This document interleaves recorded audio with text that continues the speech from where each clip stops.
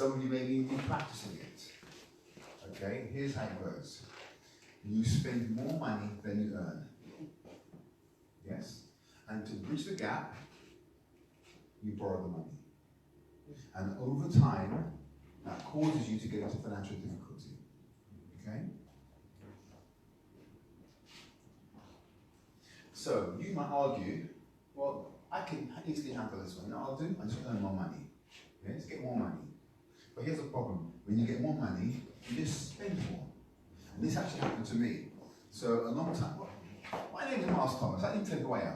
I'm Miles Thomas. I'm Miles Thomas. And I used to be an accountant many, many years ago. And I wanted to thank Luton Black Men Community Group for actually asking me to speak here today. So many years ago, I was an accountant, okay? And I remember when I just was training for the job, and I got qualified, and my salary doubled. So I got another job elsewhere, and my salary doubled, okay? And the first thing I wanted to do with my extra money, I went to the car showroom. So I wanted to let all the neighbours know, you know, sharing my success. I wanted to know how well I was doing, okay? Now, I'm going to share with you why that was a foolish idea. But at the time, being young and wanting to show off, I thought that was the best thing to do. So I'm looking at Mercedes, I'm looking at, you know, other nice cars. Can you believe I even went to Aston Martin showroom? Aston Martin showroom. I had no business even looking at that. But anyway, let's continue. So you can argue that you just earn more money and then you'll be okay. But here's the problem. When you earn more money, you spend more money. That's the thing. You have to be disciplined about what you're doing. You have to do a plan, by the way. Here's a model for wealth. You earn more than the cost of your lifestyle. You earn more. And the difference between what you earn and what you spend, you invest that. And you invest it in things that got your value and give you an income. So going back to the idea of buying houses now, other people live in it, those houses that you buy, other people live in it, they give you an income. The house that you buy to live in, you pay. So that's giving you an expense. Because when you live in the house, you pay the mortgage, you pay electricity, you pay gas, you pay council tax. Shall I carry on? You pay for the furniture, you pay to fix the house, and so on and so forth. So it becomes your expense. Okay? I want to share with you something that says the hidden rules for the economic class. Hidden rules, economic class. Poverty, middle class, wealth. I'm going to focus on this one, because we're talking money today. Poor people think money is to be spent. Now, when I say poor people, I'm talking about psychology now. Okay? Poor people. Middle class people think money should be managed. And rich people think money should be invested.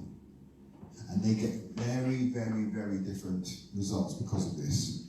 So I'm going to give you an example of, I'll share this example a bit later, about someone who thought like a poor person, but they were earning millions of pounds a year. If you're earning millions of pounds a year and you think like a poor person, you're going to have, at the end of your years, nothing to show for it. Nothing. Okay? I'm going to show you 3 principles. The first principle is one of compounding. Okay? So, who thinks they are rubbish at maths here? Who thinks they're rubbish at maths? Oh, quite a few people. 2 people are rubbish at maths. 3 people are rubbish at maths. Okay. Now, of the 3 people rubbish at maths, I'm going to pick on one of them, by the way, to do a demonstration. Because, and here's why I'm going to pick on them. Because if this person can do it, everybody can do it. So therefore, no one has any excuses. Young lady. Young lady, right here. Okay, I want you to imagine somebody offers you an investment and you have to make a £1,000 initial start. So by the beginning, you have £1,000 and they give you instructions. And at the end of the year, your money has doubled. Yes? How much do you have at the end of the year?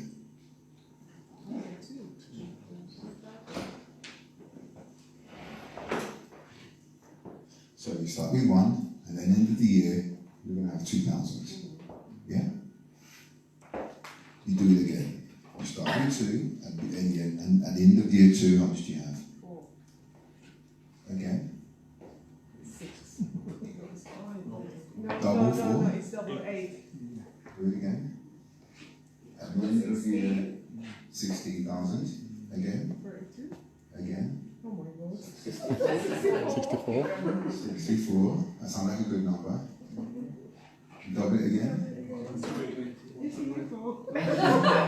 No, I'm demonstrating the worst person in the room. If you can do it, everyone can. So double 64. So let me show you how you do it. From right to left. Starting here. Double this in your mind. Put it down here. Double this in your mind. Put it down there. So double 4 is 8. Double 6 is 12. What that be? 128. 128. And one more time? No, 2 more times. Double 128. That's okay. Go back to 8. Double 8 is what? 16. So 6 goes down. Double 12 is 24. Add 1, 25. Okay.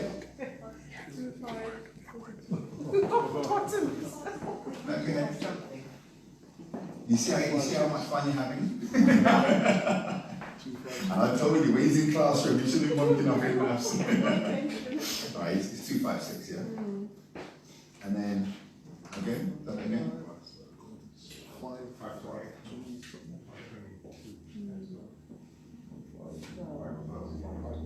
512,000. And one more time? One more time? 1,020,000. Okay, I want to pause here for a second.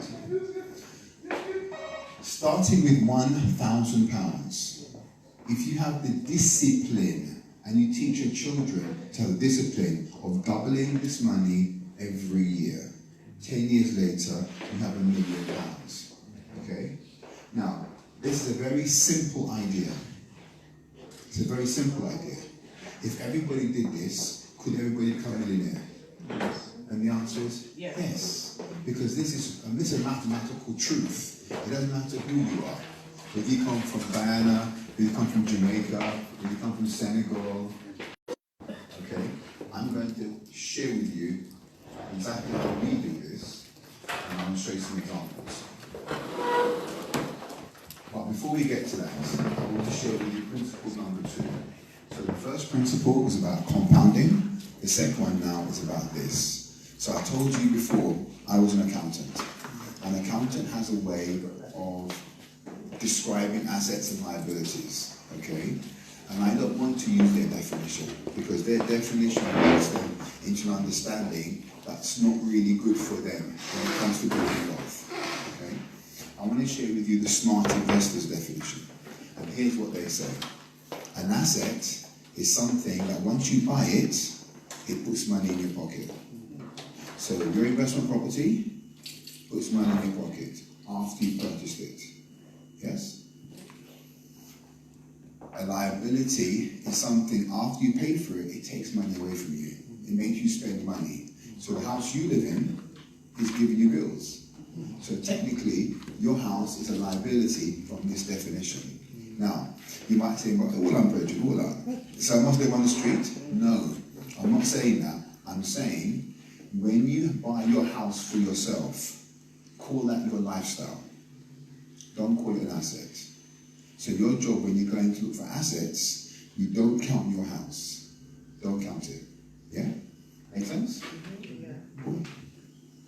And by the way, you see what I just told you? An accountant would not tell you this. An accountant would say, no, your house is an asset, put in the asset balance. And it has to go in the assets side of the balance sheet. But I'm saying to you, don't count it when it comes to, going shopping for assets. So this table now,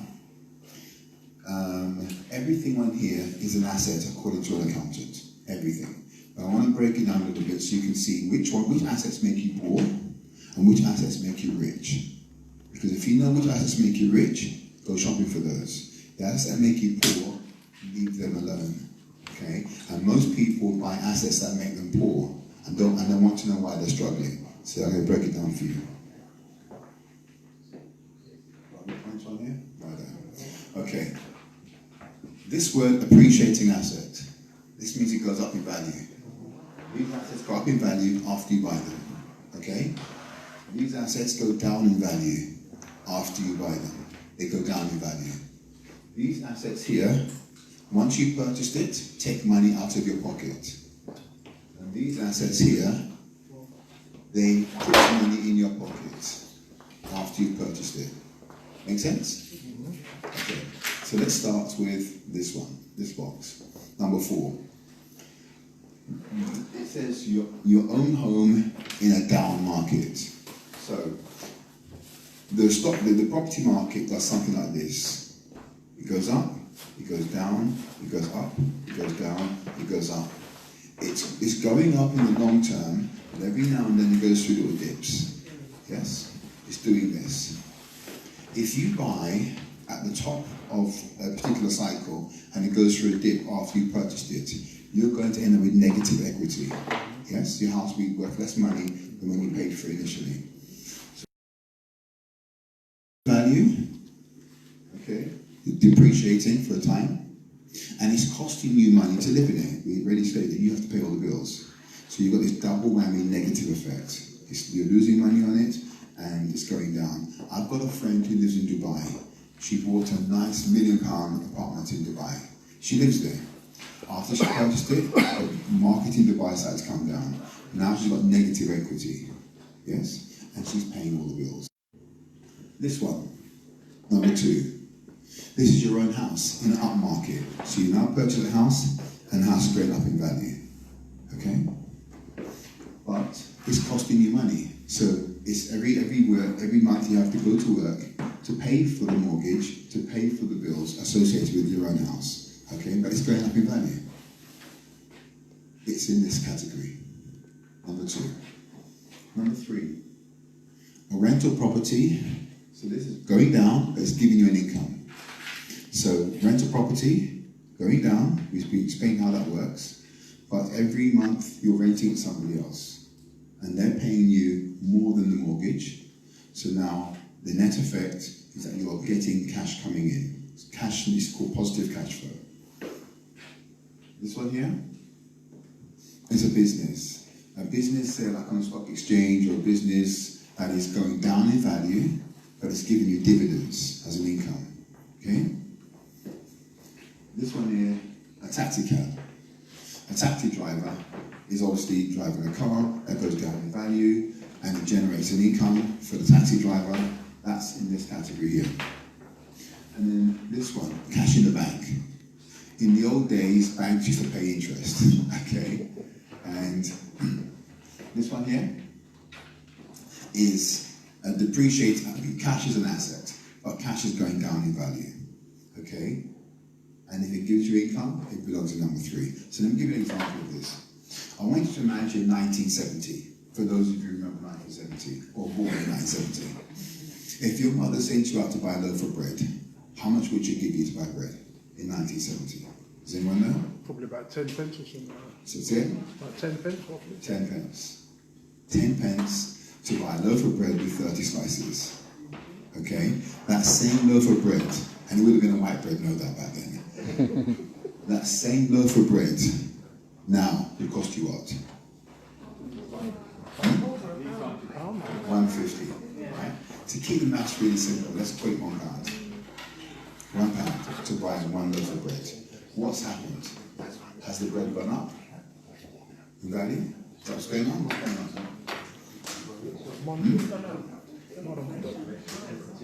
Well, the correct word, or not, I won't say the correct word, the word we use to describe it is inflation. And if I was to inflate a balloon, what's happening to a balloon? The balloon is going up. So we look at the value of the bread, and we say the bread is going up. But the reality is this: money is going down. Money is going down in purchasing power. Okay? And that's why, so think of a seesaw. As money goes down, anything that you use to buy with that money is going up. So I'll give you an example. Let's say you needed £1, 1970 would buy you 10 loaves of bread. £1. Today, £1 only buys you one. Yes? That means £1 today is equivalent to £10 in 1970. It's £10. So really, the £1 has actually gone down in value. And it's gone down in value by 90%. So we've lost 90% of its purchasing power, and that's why it's in this category. But it gives you interest, so it goes here. So you don't want to store your wealth in cash, because it's losing its value. Number one, your house in our market and you're renting it out. You get a capital appreciation and you get an income. Double whammy. You invest in a business that is going up in value and it is giving you a dividend income. Yes? It's making you rich. So, according to a man called Robert Kiyosaki, who wrote a book called Rich Dad Poor Dad, he will tell you everything here is a liability. Everything here is a liability. Even though accountants call them all assets, these are liabilities because it costs you money to earn it. And these are assets because it gives you an income because you own it. So this makes you rich, or cash flow rich, and this makes you cash flow poor. That's the first thing. But what makes you ultimately rich is number one. So now that I've shown you this chart, if you want to become wealthy, go shopping for number one assets. That's it. Most people, remember I told you when I was an accountant and I became qualified, I wanted to go and buy a car. Well, the car was there. I was going to use it, so I was going to go shopping for class 4 assets. If I had any sense back then, I would have gone shopping for class 1 assets. Yes? But I didn't know any better, so I'm looking for class 4. And class 4 makes you poor over time. Even though I might look good in my Mercedes, it's still making me poor. Okay? So let me give you an example of somebody who made a lot of money and went shopping in the wrong way. A man called Mike Tyson. Mike Tyson was thinking like a poor person, and he made $100 million and more. 100 million, and he went broke because he did not buy class 1 assets. He went shopping for class 4 and some other stuff. Yes. I want to talk about now the third principle today, and this is cash flow. When money comes into your life, how do you manage it? Okay? Poor people, typically, and I'm using definitions according to the Robert Kiyosaki model, poor people, when money comes in, they pay their bills. Okay? And so by the time the end of the month is over, it's all gone. So they've got to go back to work again next month to get more money to continue the cycle. Okay? Some people call this the rat race. Right? And before I go back, highlighted yellow. Poor people focus on how much money they make. That's their focus. I've got to get a job that pays 20 grand. I've got to get a job that pays 40 grand. I've got to get a job that pays whatever. They're focusing on how much money they bring in. Okay? That's their focus. A middle class person. Okay? A middle class person, number two, one comes into their life. Number two, money goes out to pay their bills. But they've got extra left over because they don't need all the money to pay their bills. So what do? They go shopping for what an accountant will call an asset. What we saw earlier as a liability. They go buy a house, they buy a car. And these things cost them money. So now all of a sudden, they've got another set of bills now coming from these things. So now they've got two sets of bills. One from their assets, down here, in the balance sheet, and one set from their lifestyle. Yes? Okay. Again, their focus is income. How much money am I making? That's their focus. And when they buy the things in their balance sheet, this is what the car is doing to them. It's demanding insurance money, MOT money, petrol money, road tax money, repair money, cleaning money, financing, driving tests, parking tickets. All the costs of you having a car. All the costs.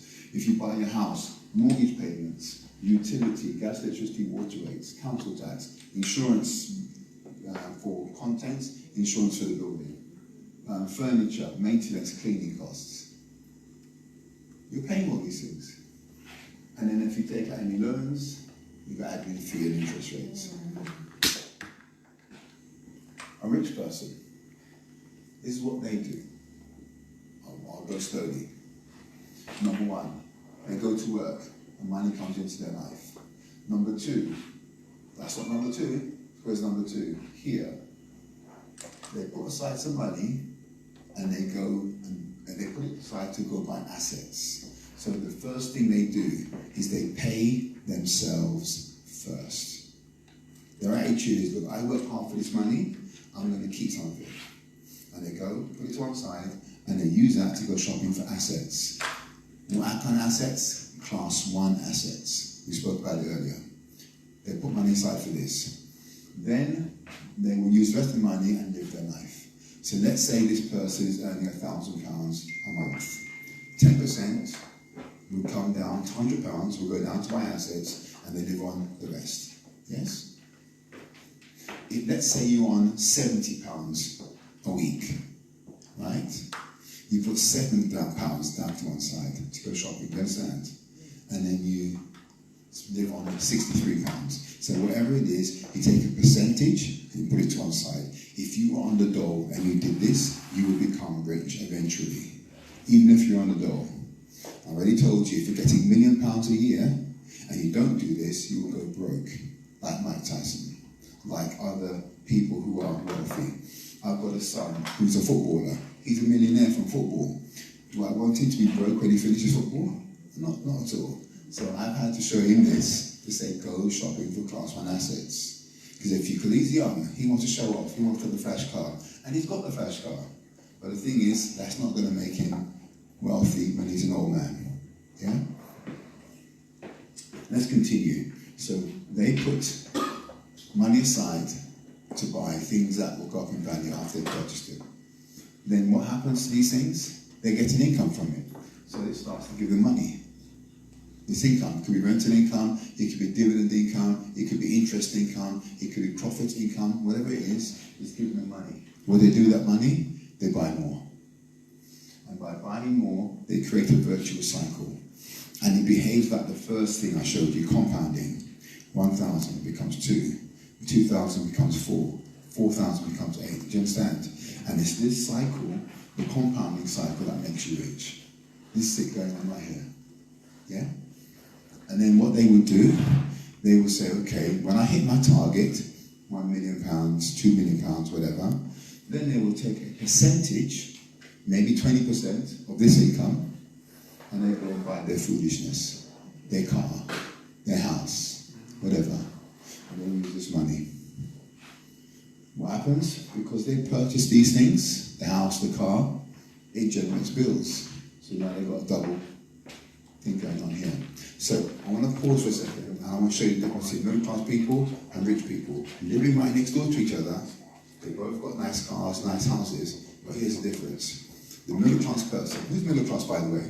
An accountant like I was, an accountant, a lawyer, a doctor, these kind of people with big money from their jobs.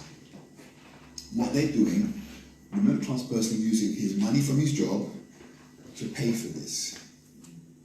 Yes, that's what he's doing. The rich person, or person who thinks like a rich person, they're using the assets to pay for this. What's the distinction? What's the difference? Here's the difference. If you lose your job because you're a footballer and you get injured, or you retire because you're 30 years old, whatever it happens to be, you don't have to downsize because your liability is not being funded from your job, they're being funded from your assets. Does it make sense? Yeah. That's the distinction that rich people pay attention to than poor people. There was a man called Sir John Templeton. Sir John Templeton, when he was a young man in his 20s, he got married and he said to his wife, we are going to put our money together and divide it in two. Half the money we're going to live on it, and the other half we're going to save it towards buying investments. Okay? He was a young man. Somebody must have told him this for him to know to do this when he was young. Anyway, what he does, he starts taking the money And he starts saving it, and then he went shopping for assets. Okay? When he died, he was a billionaire. A billion. The only way he can know getting older means equally being rich. It means compounding. You understand? Because getting older doesn't make you get rich by itself. But if you're compounding, it does. He knew this as a boy. As long as he lives long enough, he must be rich. So, we've spoken about use the power of compounding to grow your investment portfolio exponentially. Okay, it will grow bigger and bigger over time. Safest companies in the UK. Okay, and also, I wanted to show you a FTSE 100 company that earned its investors 100%, doubled in 3 days. Not in 1 year, but in 3 days. A genuine bona fide FTSE 100 company, and I'll show you that online. If you have any questions, now's a good time to ask. Any questions? Any questions for Miles? Okay. Well, I want to thank you very much. Thank you. Thank you very much, Miles. Thank you for that. Thank you for that. Awesome. Okay. Right. Thank you very much for that, Miles, for talking about trading and investing and compounding. Thank you everybody for coming here today. Right. Now we're going to have Colin, who's going to be talking about FOREX and some cryptocurrencies. So we're just going to get Colin up here onto the stage to present. And I'll just going to start his presentation. So, Colin. This is Colin.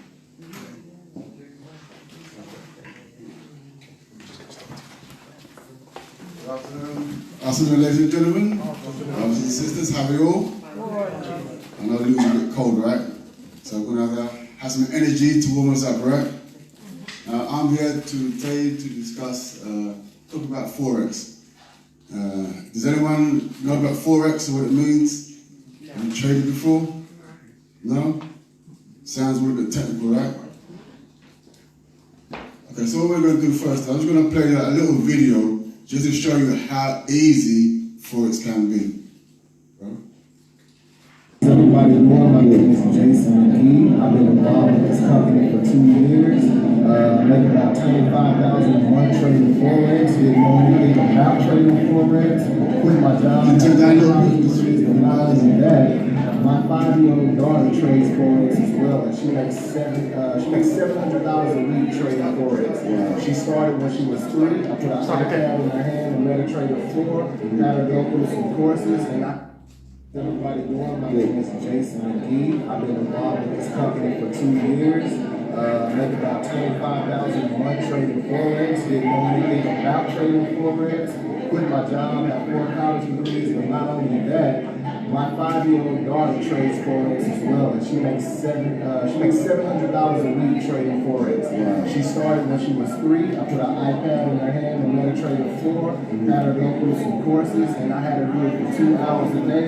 Fast forward 2 years now, she trades on her own, and she makes $700 a week. So it doesn't matter the age, the color, the demographic, you can get this skill, you can learn this skill. All it takes is belief and dedication. So just one more time. Just say again, how old is your daughter? Oh, once again, my daughter's, her name's Eileen McGee. Matter of fact, I can show you guys an account real quick, and I'll let you put the camera on it. My daughter started a $500 account. Well, Daddy started it for her, right? Just to show people it works. She started a $500 account. Let's go to her balance. She's only 5 years old, right? This is her trades, and this is her balance after 1 week. 3186. This is my daughter's account. Wow. $500 in 1 week. Wow. She took it from $500 to $3,100 in a week. So you can get this skill. See. You can definitely learn this skill. Come on, man. 5 years old, right? Wow. My 85-year-old grandfather trades as well, right? He took his retirement. He's made over 6 figures in 2 months from his retirement. Woo! So you can get this skill. It definitely works. That's awesome, bro.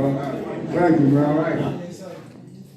Okay, so you saw that 5-year-old. Do you anyone got children at all? Has anybody got a 5-year-old daughter? I mean, this skill is available to learn not only for young children, we can get it quickly. But as he said that he taught his to his dad, and his dad's up in his 60s, and he's making good money. And you know, our parents, you know, they've worked 30, 40 years of their life, and they got this retirement money.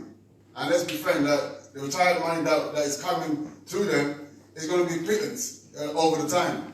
You know, and we can learn this skill, and if you feel even that it's too technical for you, give it to your children. They'll pick it up very quickly. And then they'll be able to trade your money or your parents' or your grandparents' money to produce an income that they can have a nice life. Because we want them to go and live in luxury. You know, I don't have a thing about why do our parents have to wait until they die to go and drive the Rolls Royce. Why can't our parents, you know, have that Rolls Royce service once a year? You know, but why we will wait and plan it out? Well, that's, as Mark said, through lack of financial planning, that's where we find ourselves. You understand? So I'm from a company called IML. And as a disclaimer, any results or income produced, you know, is based on what you put in, what you get out. You know, that 5-year-old girl, you know, she's making $700 a week. That's quite good for a 5-year-old, right? Now you imagine that go to school and, you know, as it develops, as that compounds, it's now $7,000 a week. And now at 12 years old, what's the teacher going to be telling her at 12 years old? She's making $7,000 a week. You know, so our children get it, they get it, you know, and we can learn it too. So foreign exchange, the company also deals with cryptocurrencies. You know, the brother said that, you know, cryptocurrencies, and there's many out there. You know, but we can learn how to just trade several different kinds of cryptocurrencies that are more stable, you know, and you can make a vast profit on them. So what is the history of FOREX? Where does it all come from? You know, FOREX or FX or foreign exchange, you know, we all deal with it. We all go on holiday, you know, and when you change your pounds into dollars or lira or euros or Jamaican dollars, that's an exchange. That's, of course, that's foreign exchange. That's basically in a simplest form what it is. But it began with the bartering system. You know, people would barter goods and services between two different parties, and this is the oldest form of commodities, the oldest form of economy. Next came the system called commodity systems, where they exchange rice, barley, shells, stones, and gold. You know, because gold has a lot of value, and people can exchange a piece of gold for maybe a bigger item. You know, maybe a house could you know, be exchanged for gold. I don't know how many rice grains it would take for someone to exchange their house for, you know, a lot of rice, but, you know, so there are different levels of exchange.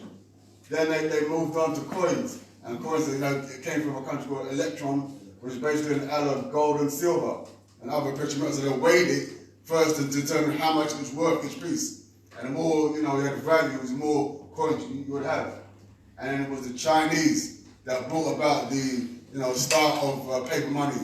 So rather than, you see these films, we got these big caravans of people, you know, loading stuff onto camels or into ships. You know, they were just trying to save all that, you know, labor of carrying stuff abroad.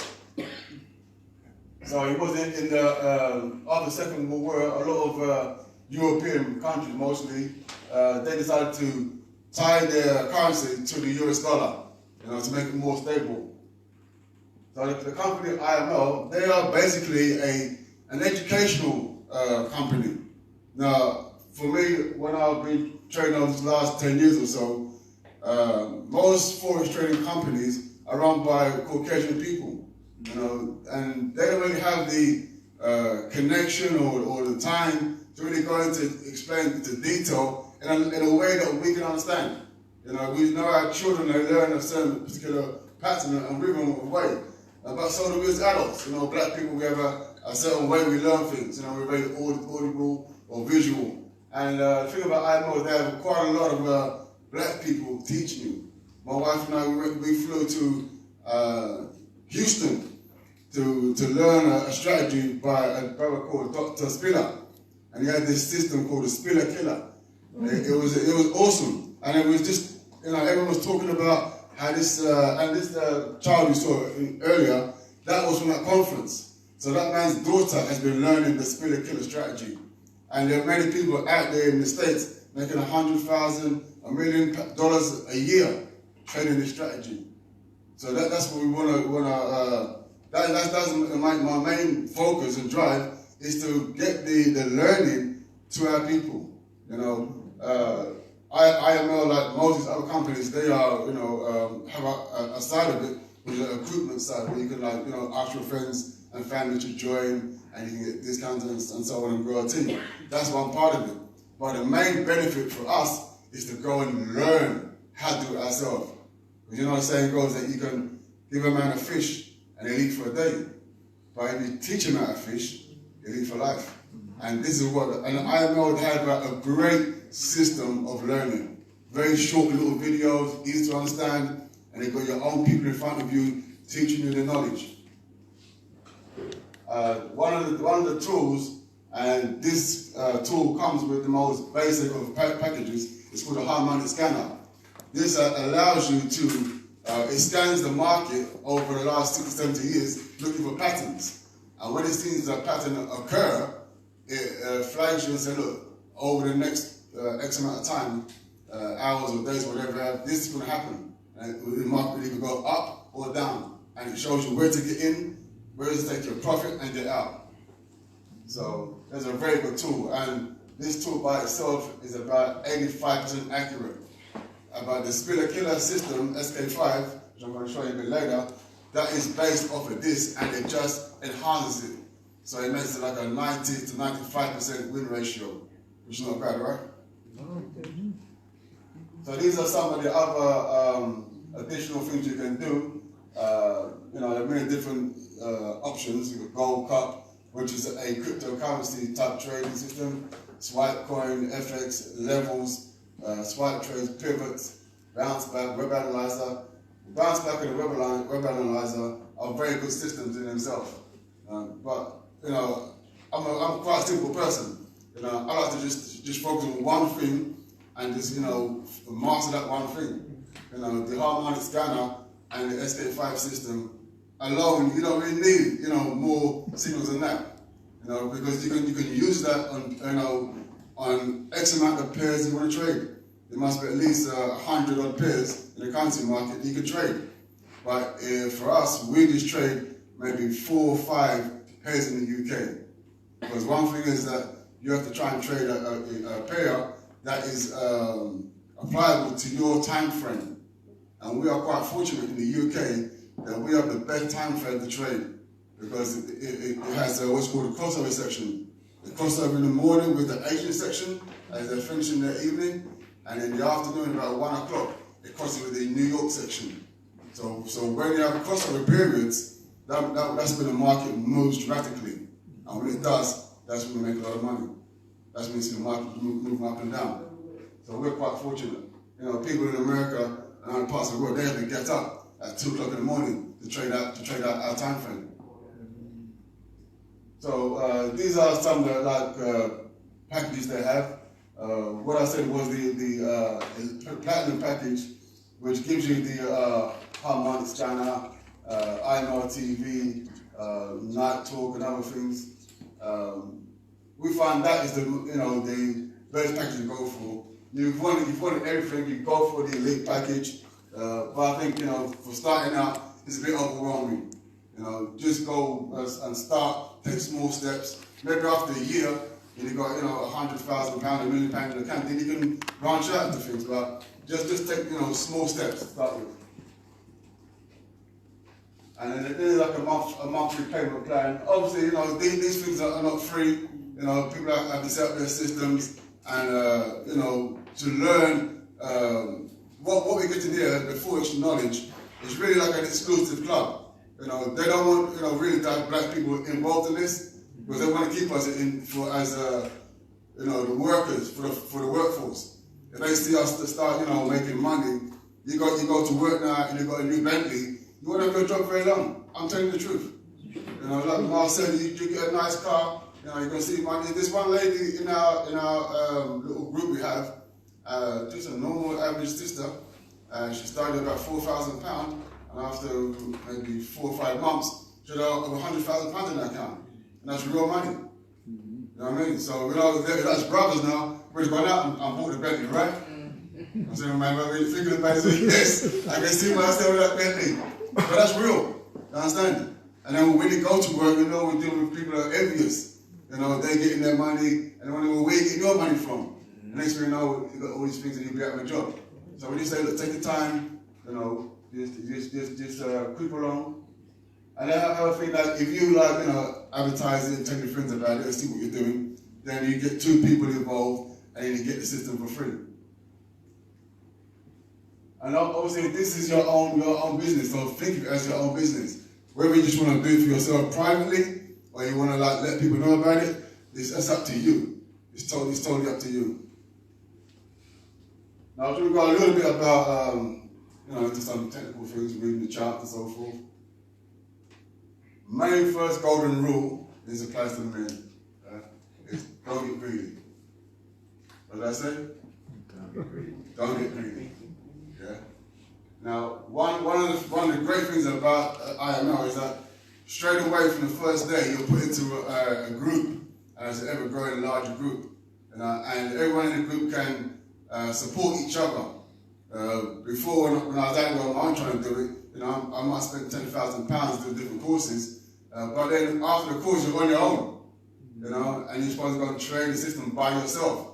And if you make a mistake, there's no one to ask, you know, you make sure you do it right, you know, because it's your money going into it, you want to, you know, make sure that, you know, you get more money coming back at the end of the day. But then you live to yourself. But we're in a group now, you get support. So if you're not sure you're about to put trade, you can ask somebody, you see the market going a certain way, they say yes. I say, oh, let's put trade. Or they say, no, you know, your lot size is too big. You understand? So we want to, as well as compounding is what we call the 8th wonder in the world. And it's phenomenal. You know, you can take £100, £200, and with like a 3 or 5% compound in a day, you can grow to, you know, £500,000 within a year or so. So it's phenomenal. But what you have to know as a trader is that the trades will come, the wins will come, just to learn the patience. You know, don't try to rush it. You know, sisters are very good. They're very patient. You know, they've been patient with us for a long time as men. But you know, brothers, you know, we're very competitive, right? Nothing wrong with that. You know, but at the same time, don't break yourself. You know, just pace yourself, and we'll get there. So what's the trend? Does anyone know what trend is? No, I'm not talking about fashion trend or, you know, brother? Yeah. What's the trend? Just the way the market's moving. Where the market is moving. Exactly. A bullish trend is like if the overall direction of the market is going up. Through the chart, you see it going up. That's called a bullish trend. Like that. Yeah, you can see it going up, right? General direction. A bearish trend is when it's the other way, when the market is generally going down. As you can see there, yeah. Now here we have the market up and down, and what it does is bouncing in between. It's bouncing in between like these little levels, yeah. You get to a level here, and then bounce off it and come back down. You get to this level, bounce off it and come back down. And you're resisting. So this is what we call support and resistance line. Support is like the floor, can't go through it, and the resistance is like the roof. Hit the roof and bounce off, yeah. Those are like just like little terms they have within the market. And this now, same thing again. So each level, as it goes up, it'll hit these support and resistance lines going up and down. But each time it does that, these are what they call buying opportunities. If it's going up, then we'll buy what's called, we buy the dip. So when it dips down here, that's when we buy. We don't buy when it's up here, because it's gonna come back down. You can see that. So we buy from here when it's at the bottom of the support level, and we take a ride up here somewhere. And then we close out, and we wait, we'll retrace, it's called, and we buy again here, and the same thing. So we always want to buy the dip, that's what it's called, yeah? Buying the pullback. And this is very key to your growth, is that you want to make sure that you have proper lot size, proper risk management. You understand? So we don't overburden ourselves, we don't overstress our account, because the charts, the price will go up and down. you might want it to go in a buy direction, but at the same time, it will go up and down, it will waver. So you got to make sure you got enough room for it to go up and down, and then eventually get to where it needs to go. And again, the golden rule is don't get greedy. So just know to yourself, what are you doing it for? What's your ultimate goal? What's your reason why you want to get involved with any kind of project? Whether it be FOREX or be invested in other countries or buying cryptocurrencies. You gotta have a reason. And always stay inspired. Your children should inspire you that, we have them in the system over here. We don't want it to be like forever coming into our footsteps and just going to get the job. No, we want to, to start taking over these things. Look at Facebook and say, well, how can I produce my child to be another kind of Facebook entrepreneur? Where they can think of these ideas and say, look, I'm going to send my child to learn something where he can develop himself. You understand? And we were just come from a conference yesterday where this sister from America is over here, and she's teaching our young children, 3 and 4 years old, how to manage their affairs, how to read, how to even teach other younger children how to read and do better. And her teaching is phenomenal. And she said that she had one child at 12 years old graduate from college with a degree at 12. Because we're not hindering our youth. And that's what this system tries to do. It tries to hinder the youth, get them into rap music and sport and play. Nothing wrong with that, but that's not going to take us forward as a people and build a world for us. That's just entertainment, and we should look at it as what it is. That's something you do when you've had a hard day's work, you're working all week, and then you entertain. It shouldn't be a lifestyle, And that's what we focus on. No, we should be, trying to, stay inspired. Think about where you want to move to. How's your house going to look? And if that is your house, then you're on the right course. But if it's not your house, then I like how that looks, or it might be something you want to build towards. Put your vision out there. Understand, it's up to you. Where you want to become, and to what level you want to succeed. But you must have the thoughts in your mind. And when things get a bit rocky, just look at your goals and stay focused. Oh, and that was it. I've got some more slides there, but I did want to say that I've been doing a little bit of trading for the last few weeks, and my system, I've been using the SK5 system, and for the last 95 trades that I've had, I've got 5 trades open and running still, but for the last 95 trades I've had, they've all been winners. So that's not bad. To have 95, it's not like every trade I take, I'm making like pounds of money on it. Sometimes it's only £1. But if I get a win, it's a win. And we were saying that there's never a loss until you close that losing trade. So we can leave a trade open until it closes in profit. Understand? Now, one of the great things that we have, I'm sure I didn't state the slides, that we have a system called the London Breakout Strategy. Now we have a young lady, she's actually a Jamaican sister, but she used to be an insurance analyst. Do you know what it is? So what she used to do, she used to work out the risk. That was her job. So that if she saw a car driving down the road at 35 miles an hour, she would calculate what's the likelihood that car is going to have an accident in the next 5 minutes. So she would have all these different calculations going on, and that was her life. She enjoyed it. But then now she got made redundant, and she was sitting around thinking, what am I doing next? And someone showed her IML. But then now she started to do it, and then she worked something out that every night when we were asleep, the banks take out money out of our account. Now you didn't know that, right? The banks every night go into your account and take the money out of your account, and then they go and invest it on the stock market. They go and invest it in the FOREX market. And at 7 o'clock in the morning, they put it all back into your account. They don't know, none the wiser. But what she noticed that at 7 o'clock every morning, the UK market starts to move rapidly. So we have this thing called the London breakout strategy, and she sends us a signal every morning. First of all, it's the 4 different pairs that we had, and you put on, a certain trade, and you're gonna get 10 pips for the day. And her signals are like 90% accurate, and so that's called learning to trade, earning while you're learning. It's not actually forex trading. You're just copying and pasting. Can we all copy? Yeah. Everyone can copy, right? Everyone's been to school can copy, right? You know that, right? And this is a very simple strategy. And that young lady I told you about who made £4,000 from, so to go account from £4,000 to £100,000, she's already copying and pasting. She's not actually trading herself. She's just copying the signals that the young lady sent in the morning, and she just puts it onto her account. And over the time, over the last 4 or 5 months, she's grown her account up to £100,000, and that's real money. And that money is available for her to take out anytime she wants. So that's an awesome strategy. And now she's included a gold strategy in there as well, and that is phenomenal. My wife and I, we don't even do the other ones anymore. We just now focus on the gold and 1 or 2 of the other ones.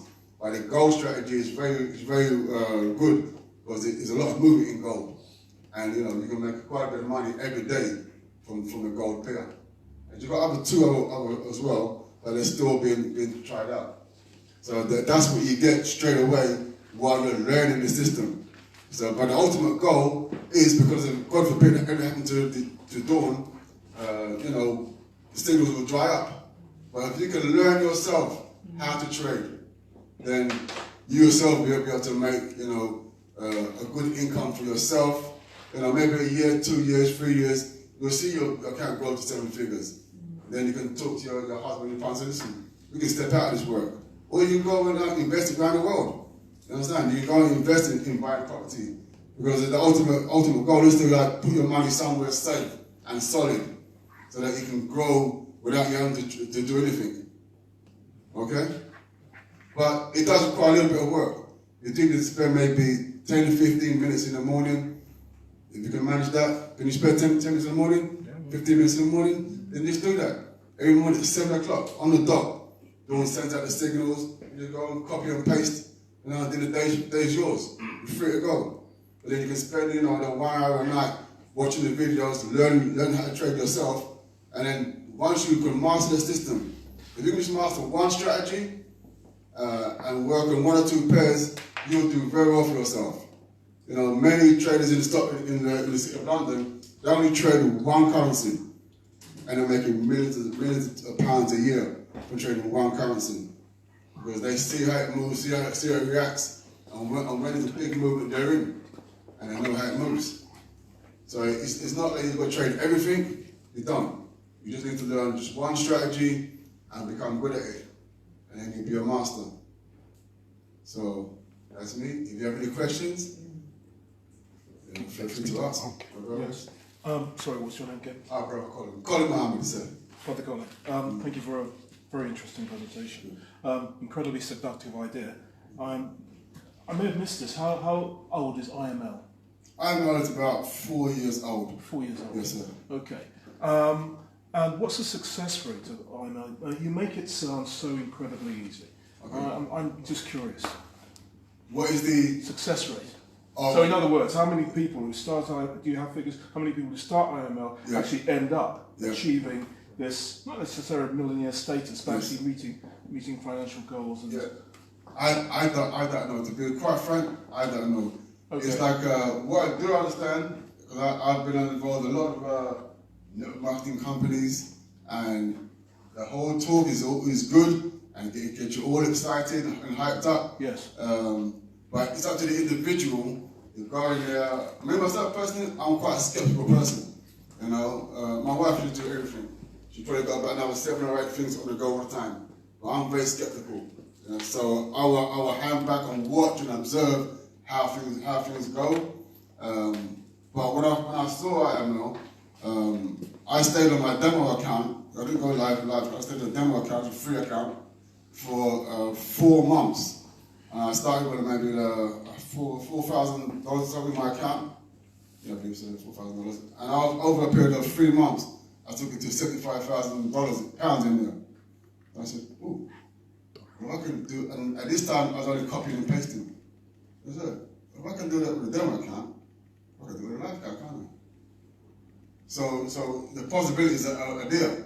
You know, so you can just grow your account. You know, whether or not you want to get involved with the network marketing side of things, that's another story. But what I will say about that, like with most other marketing companies, I never see like any long-term longevity in these companies. I see that they're here for a period of time, maybe the next 3 to 5 years, and they can be gone. So the opportunity is to grab the information while it is there, because the information they have is very good, and it's in, you know, bite-sized, manageable pieces for you to learn. So don't say, well, I'll let go next year. You know, I mean, I'm not saying to get you to like sign up today. That's not what I'm about. You know, if you want to sign up, that's great. You know, I'll be here for you to, you know, take your details. But what I do know about these companies, I've been in quite a few, and I've lost quite a bit of money in the past. I've also made some money from some companies. But I do know that they're only here for a short period of time. You know, a couple of years, you know, and so forth. So that's what I'm saying. Anybody else? Yes, ma'am. When you showed about the starter packs, Yes. there, is that just a one-off payment for the tools, or is that a monthly? So there's an initial payment to start off, which is $300 something to start off, and there's a monthly payment plan of $164, £120 or thereabouts.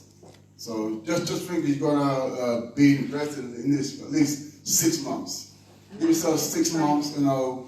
Let's stay longer, but you need like at least 6 months to get a good grounding and to understand how to trade. You know, then after that time, you'll be on your own. You know, you have I have my platform here. I don't really need to go back to IML because I really understand a certain strategy. So once you understand the strategy, you know, the brokerage is not tied to IML. The platform is not tied to IML. What they do is just teach you something. You can take that away with you and invest it for yourself, the knowledge. You know, and that's a great thing. Anybody else? Yes, bro. Yeah, let's say the minimum deposit into a broker account. The second question is, what broker account would you use? And the third question is, is the actual software, is it running on MetaTrader? Yes. It's running on MetaTrader 4. Brokerage, you can choose anyone you want to choose. We have a particular one that we use because it has good spreads on it, and it trades the pairs that we want to trade. And what's the third one? Minimum. Oh, the minimum deposit. I believe it's about £200 to put in the broker to go live. But with a demo account, you can start with what you want. And I always say, start with a demo account first. It's free, and you get to know how to put a trade on, how to take profit, how to close it out, how to, you know, what to do with the charts are moving, you know. So just start with a demo account first, and you know, there's no rush. You know, you don't have to jump in and say, look, I want to make that big money straight away. No, you just take your time because the big money's coming. You understand? Just know that the money's coming. You know, it's only a matter of time. Yes. Anybody else? Yes. In terms of support, basically, so once one actually decides to invest in this, yes, basically, what support is there for someone who might maybe get bogged down or? Yeah. Well, like I said, we have a chat group, they call it, and there's about 400 people in the chat group. So anything you want to ask, someone will be there to answer you. We also have weekly meetings every Thursday and Wednesday in London. One is in Croydon and one is in Lewisham. There might be others in other parts of the UK. So I can find out for you, because obviously this is Luton, so I can find these other groups that meet face to face on a weekly basis. Yeah, but you know, the support is quite good. You know, you're not left hanging, you know, and no one can answer you. Yes. You go access to someone on the phone, maybe. Yes, you can get someone on the phone, but most questions can get answered in the chat group. You know, someone can get to you. You know, you can go down to the meeting place. And someone can, like, you know, put you straight, set you up your platform, you know, so, yes. Thank you. You're welcome. Anybody else? No? Sam, got a question? I can see it in your eyes, man. It's a brand new question. I'm picking it from you. Oh, fantastic, man, fantastic. That's a little bit one thing. Anybody else? No? Oh, what about yourself? So I'm not going to put you on the spot necessarily in terms of specific figures of how much you invest and how much you got back. But are you able to sort of, I guess, give a percentage of first of all, how long have you been doing this IMO, and the percentage of from the amount you've invested to how much you have now? You see, that doesn't necessarily the exact the money, but even if you could give a percentage, because I want to know, how good it's been for you. Personally, yes. Well, that's a good question, man. That's a good question, yeah, sure. I think when I started, I had about 500 pounds to put in the first, and I grew up to about £15,000. In what period of time? 2 months. So, I mean, it's a lot better than working in the bank, right? Yeah. Yeah. And how long have you been doing this for? Well, I've been FOREX trading on and off for about 10 years, but with IML, it's probably about 7 months. I spent 4 months just demoing, just checking it out, I really wasn't paying attention, I just doing the signal every morning, and then after 4 months, I realized I got £7 grand in my account. So when I saw that, I said, well, I could go live and do it with real money. And then it'll be in my pocket. So that was good. So live, you've been doing it, you put in about 400 or 500, and then you grew it to about 15. 15,000. Yeah. Yeah, so. We've been able to actually try it on the demo account for a month to see what it looks like. Yeah, of course you can. Yeah. I would suggest doing a demo. With that software. And another thing, what's on the average time frame? What time frame is it on? So a get in and get out trade. So Beautiful. Suggesting it was in the morning. Beautiful. So this man's what we call a scalper. You see, he's a brother that's gonna go in there now, just we gotta know that these markets, right, are our enemy, right? Just look like the enemy. You're gonna go in there with a military mindset. You're gonna go in there, get your money, and get out. Because they're trying to get you in there to take your money from you. My daughter does it. She says, "Dad, it's just a game. I get in there, get the money, I get out." And she hasn't got no hang up about losing money or trade not going her way. She's happy every day, trading. Because she knows that, in time she's going to pick it up and really run with it. She on a demo account for about 2 months. She started with $200 in there, and she tripled her money.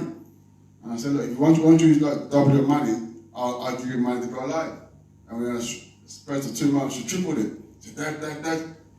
I said, okay. And so then I gave her the live money. Now she's making money for herself, £50 a day. For like a 13-year-old, 14-year-old, that's pretty good money. I can't even give her pocket money like how much that. You understand? So it takes pressure off you, You just think about it. It takes pressure off you. You want to start to buy your trainers, £200 trainers. Yeah. So that's my time's up. Thank you very much. Colin. Thank you very much, Colin. Appreciate that. We just had Colin talking about trading, primarily Forex, but also cryptocurrencies. Now we're going to have a young man by the name of Daryl Harper, who's going to be talking to you about improving your life in terms of financial freedom and financial management. So, Daryl, would you like to come forward? You can give a hand.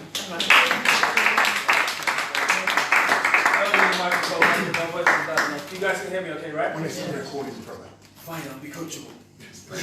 Alright, good evening. Wait. No, good afternoon. Hi. Afternoon. That was rubbish. Let's try that again. Good afternoon. Good afternoon. Thank you very much. I love when I come to these events and black people never sit on the front row. Always hide at the back. We miss call to lead, which means you lead from the front. But I'll tell you guys a little bit about myself before we get started. I do an event called Path to Financial Success. I'm not going to get a chance to go through that whole thing today. That's a 2-hour event, but I'm going to give you kind of a snippet of it. But I'll tell you a little bit about myself. So, as Baby said, my name is Daryl Harper. I've been teaching financial education now for just coming up to 12 years. My background is not originally in financial education or financial services. My background is originally as a teacher. I used to teach for 10 very long years in the College School City of Westminster, teaching filmmaking, video production, media studies. Had a fantastic education, had a PhD. You all know what a PhD is, right? Yeah, do any of you actually know what it stands for? No? No, it basically stands for poor, hungry, and desperate. I don't mean poor to the point where I didn't have any money. I mean poor to the point where I wasn't living the life that I wanted to live. I was living a life that I had to live based on the income that I was receiving. Can any of you relate to that? Yeah. Show of hands. Okay, a couple of you, obviously the rest of you over here are just very wealthy. And just hungry and desperate to get out of the rat race. I had very big goals, very big dreams. Couldn't see myself achieving those in my 9-to-5 job. So back in December 2010, I officially sacked my boss. And a lot of people look at me and say, well, how do you sack your boss? Have any of you ever seen the show The Apprentice before? Yeah, I sent my boss a picture of Alan Sugar from The Apprentice, sent him this picture. Underneath it said, you're fired. I emailed it to him. When not only did I email it to him, I also CC'd over 600 members of staff. So every member of staff got that email. A lot of people thought that was a bit of an ego, but it actually had nothing to do with that. What happened was in August 2010, that same year, my grandfather sadly passed away. And up to that point, I'd never had a day off work, never had a day off sick in 10 years. I asked for 2 days off, one for the funeral, the second day just to recover. I don't know if any of you have planned a funeral before, but it's quite a long and tiring process. And they turned around and said, no. They said, you're only entitled to 1 day. And then a month later, my cousin passed away. This wasn't a distant cousin, this was my uncle's daughter. And I asked if to attend the funeral, and they said no. They said, if it's not a parent, a grandparent, or a sibling, you're not allowed to attend. And I realised at that point in my life, when people pay you a salary, they feel they have so much control over you and your time. Can any of you relate to that? Yeah. Okay. So I got very focused over the last 6 months of me being there. It's actually pretty good with money anyway. So from what I saved from when I was younger, from what I saved from my business that I was running part-time at the time, which is now full-time, and what I've been making from my 9-to-5 job, I managed to save up 2 years' salary. So it meant if I didn't work for 2 years, I could still pay my bills, I could still run my car, I could still pay my mortgage, I could still eat. One of the hardest decisions of my life was giving up my full-time job. One of the best decisions of my life was giving up my full-time job. I honestly believe that sometimes in life you have to be prepared to burn the bridge. Because if you don't burn the bridge, you always feel like you have an escape route. Whereas if you just burn the bridge, you're only left with 2 other options, and that was never an option for me. Ford was the only other option that I had. And on my last day, one of my mentors drove up to college in a Rolls Royce, rolled out a red carpet, bought a champagne, balloons I don't drink, but I'm also a firm believer, if you're going to sack your boss, you make sure you go out with some style. And a lot of people always ask me, well, now, did you attend the funerals? I said, yeah, of course I attended the funerals, family. And all I did is I called in sick. When you asked me what I'm sick with, I said, I'm sick of working here. You put that down on your records as a medical condition. And it's funny, when you start to make some additional money, there's this level of boldness that tends to come over you. And that's kind of how I got involved in finance. Why I fell in love with it, though, was really because of certain things that I'd experienced in my life. Now, I don't know if any of you know this, but 72 to 73% of most family breakups are typically because of a lack of money. And that's what happened in my family. You know, my dad wanted to have more children, my mum said we can't afford it, my dad said we'll work it out, my mum said we can't afford it, and my parents were together for 18 years. They were married for 12 of those years, separated when I was 15 years old. My mum then got severely depressed and she later overdosed. And she was in a coma for 4 days, and that was tough, because literally at 15 years old like that, I became the man of the house. My dad used to take me to work with him on the building site and pay me a salary so I could pay the mortgage. So at 15 years old, I took on mortgage payments. At 18 years old, they transferred the mortgage into my name. So from 15, I was paying for one, 18 officially had one. I truanted from school, or bunked school, for 3 months just before my GCSE exams, not because I was a bad student. I just was scared that when I came home, I was going to find my mum dead, because she was about suicidal at that point. So I wanted to just be around the local estate in case something happened. However, even though I hadn't been to school for 3 months, if you looked on the school register, it had me marked in as attended. So I hadn't been there for 3 months, but it had me marked in as present, which tells you how screwed up the whole educational system can be. And it also tells you how gifted and talented that I was. Because to bunk school for 3 months and not get caught, that is a gift. You just got to know how to operate in the right arena. So for me, this wasn't just about having my own business and having control of my time, which I do have now. It was about taking the same information that I wish my family had been exposed to, my parents had been exposed to, and hopefully having that filter for another family's life for generations to come. Does that make sense? But why? Kind of give you a bit more of a context. I'm originally from Hackney. Did any of you all heard of Hackney, right? Yeah? Some say, no, I don't know. Sometimes people in Luton don't travel out of Luton, you know? It's true. See, she's like, yes, see, right? But Hackney, when I grew up in Hackney, Hackney never used to be called Hackney. Did any of you remember what Hackney used to be called? Stop Newington? No. It used to be called Crackney. Oh my God. Yeah, because there's so much drugs in the area, they called it Crackney. Now, I lived about a 5-minute walk and a 2-minute drive from a place called, this lady said, Murder Mile. I don't know if any of you heard of Murder Mile. It's like this one stretch of road in Clapton where every single week someone was murdered on that one stretch of road. At the age of 10 years old, someone approached me, asked me to hold and sell drugs for them at the age of 10 years old, which I never did. But the reason why I share that with you, because I want you to understand, just because you're born on the wrong side of the tracks, it doesn't mean you need to stay there. You can cross over. But the moment you cross over, you have a responsibility to go back and help as many people as you can get out. Does that make sense? Yeah? So I'm excited for you guys today because you're going to hear so much information. But if you do nothing with it, it's useless. So it's about what you do with the information that you hear from all the speakers today. Yeah?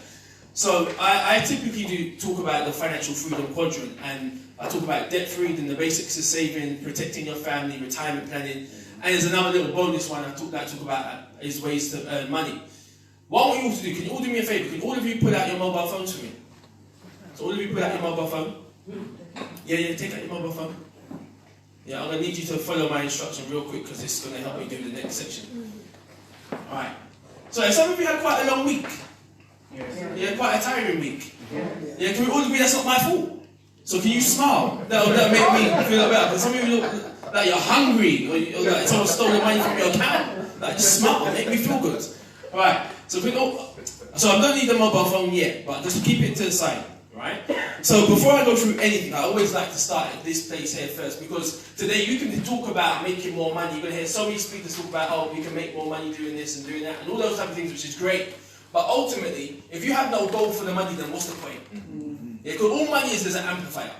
Good people with money will do good things with it. Bad people with money will just do bad things on a bigger scale. So it's about what are you going to do with the money. And actually, just because you have more money doesn't mean you have a better mentality. Because you can make more money with the same mentality, you'll be broke in no time. So it's about what is the goal for the money. So for some of you, it's about going on holiday. You love traveling, you love going abroad, you love getting out of this country. I'm sure hands, how many of you love holidays? Okay. So I'm going to just say this. For those of you that put up your hand, can I encourage you that when you take a holiday just because you want to take a holiday. Not because you're trying to escape from the life that you currently live. But a lot of people do say, oh, I need to get away. But what you got away from when you come back, it's still here. So let's take a holiday because you want to take a holiday, not because you're trying to escape from something. For some of you, it's about financial freedom. And that means something different to everybody. Let's do a quick sweep of the room. What does financial freedom mean to someone in this front row? Just because, come on. Meaning that I've got to worry about money, I've got income coming in, a regular income. Don't have to worry about money, you've got regular income, lady here. Opportunities to do what I want to do and not be restricted by finances. Opportunity to do what you want to do, not being restricted by finances, gentlemen here.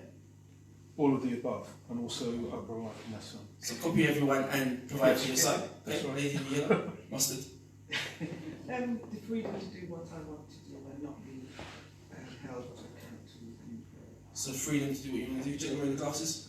Retirement plans, just being able to do what I want when I want. Okay. Really? Someone on the back, anyone? I said choices. Choices, cool. Someone back here on the stools, you thought you was going to get out of it. Just because you're smiling and you're looking at me now.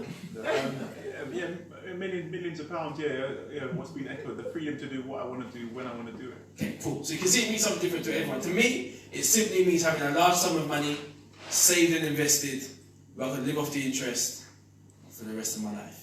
That freedom of choice to do what I want, when I want, with who I want, and however I want to do that. Does that sound alright? Yeah, I'm starting to see some Colgate and Aquafresh smiles coming out now. So for some of you, it's about getting on the property ladder. You just want to get a deposit for a home, or you've already got a mortgage, but you just want to be able to pay that off a lot sooner. For some of you, it's this thing here, it's about time. You want to be that parent that when your children get home from school, you are there. When they go to bed at night, you are there. You get to invest time in the ones you love the most. Because the biggest challenge for most people is you're doing everything you can to provide for your family, but they don't see you. They don't see you.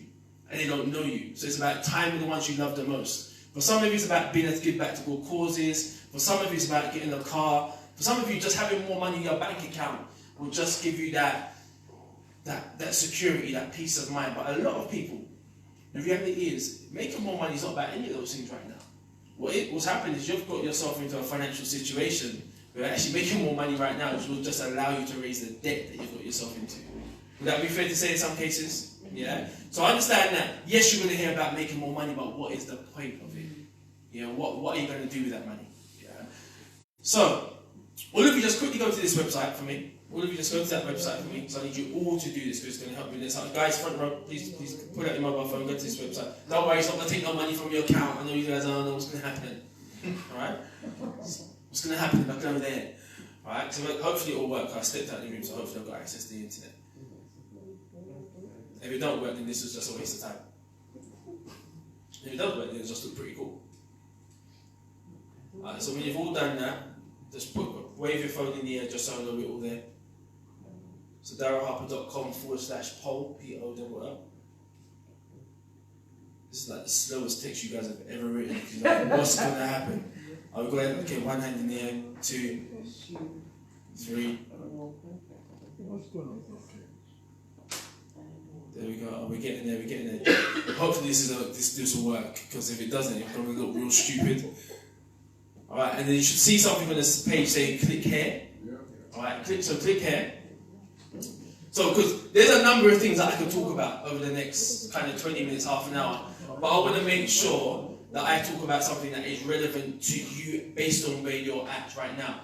So you should see, once you clicked on click here, you should see something like this on the screen. Yes or no?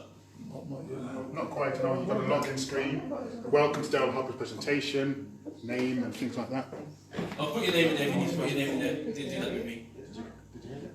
Or you can just skip that if you want to. Oh, we can skip that. You can skip the part where it asks you for your name. You can skip the part. You can skip the part where it asks you for your name. You got that? You all got that? Yeah. Now what I want you to do. It says retirement ways to earn money. There you go. Right. So all I want you to do is vote for what you want to talk, what you want me to talk about. Right now. Right now, because I have to go. I can't take 12 years and wrap it into half an hour. You do realise that, right? So I'm going to make sure I give you what you guys want, and I'll base it on what we get the most on. Right. Okay. So far we've got ways to earn money. I knew that was going to be the one for most people. Debt freedom, retirement planning, protecting your family, the basics of saving. Let's see what we got. Let's see what we got. You're looking at. He's looking all impressed. You're all flashy like that. Who's that? You're looking at that. That's cool. You said you was from Hackney, so I'm skeptical of you. See what I mean? See what I mean? With black people just skeptical. No, don't put it down to black people. Because I'm from Hackney. People. You was the one that said Hackney was crackney and there was. Oh, I said back in the day. Hackney's different now. No. Hackney's different now. Hackney's completely. You'd be lucky if you could buy a house in Hackney. I used to be down there, funny. Yeah. Rushmore Road in the square. I used to have a shop. Rushmore Road. Yes, right in the square. My family used to live right by there. Okay. So you buy the square? I was in the square. I had a shop in there for about 9 years. Which one? Fruit and veg shop, next to the chemist. You had the chemist, then you had the post office, then you had the cafe, then there was another shop that was there. That was me. I was the fruit and veg man. Okay, you know Hackney. So you right by Redwood Road and Overbury Street. Yep, that's right. Okay. Have you all done that? So we're just connecting. We're going back. We're technically family. Do you know what I mean? A brother from another mom. There you go. Alright, so I'm gonna go with that. We got debt freedom, ways to earn money. Alright, cool. So most of you right now we voted, most of you want to talk about debt freedom. Well, I've got ways to earn money, me. No, but hey man, listen, I'm going by the voting on the screen. So right now, the most of you have gone for the biggest vote is debt freedom, then ways to earn money is second, protecting your family is third, retirement fourth, and then basic savings fifth. Alright, cool. So I want to talk about debt freedom. Yeah. I think I'm going to give you guys what you guys wanted, and the majority of you went with debt freedom, so let's go. Alright.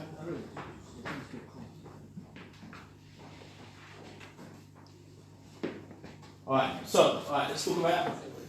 So, please understand there's two different types of debt. You've got bad debt, and you've also got smart debt. Yeah, I'm going to be talking about this from a bad debt perspective. Yeah. So, if you've got okay, wait, first of all, let me just say this. I can deliver this information in two ways.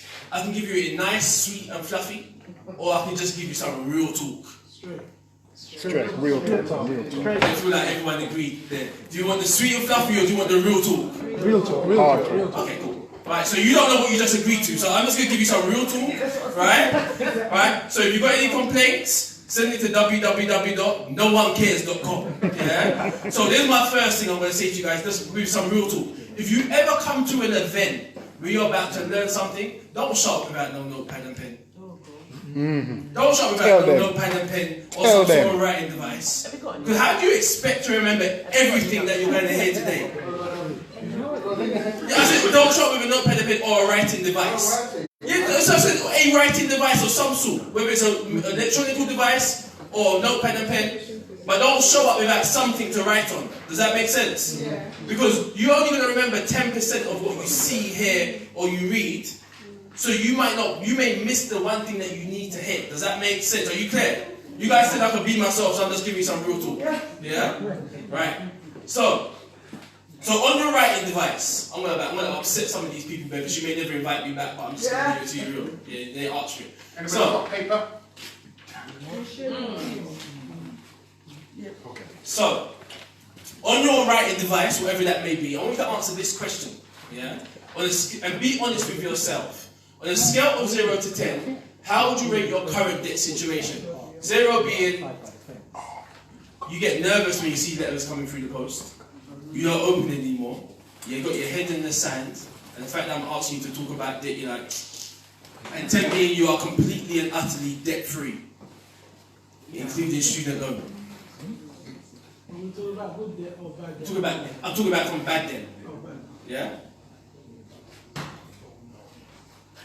Second question, how would you rate your desire to be children, your loved ones? The newspaper talking about how 8 million Britons had no savings and 8 million people had had one paycheck away from being homeless. Yes or no? Yeah. Do you think it's got better or worse since then? Worse. Okay. So let's see how much you guys know. So we're going to do a very quick quiz. I want you to work in your rows. So you three work together, you two, you three, and then this whole row. And you guys at the back, you guys are not out of this because you're on the stool. So I need you to move closer to someone. So we're going to do a very quick quiz. As of July, you're going to have 25 seconds to confirm. As of July 2019, borrowers would repay blanket day in interest. So people that borrowed money in the UK, how much you pay back every single day in interest? A, 80 million, B, 139 million, or C, 200 million. You've got 25 seconds to confirm, starting from now. Is that collecting the whole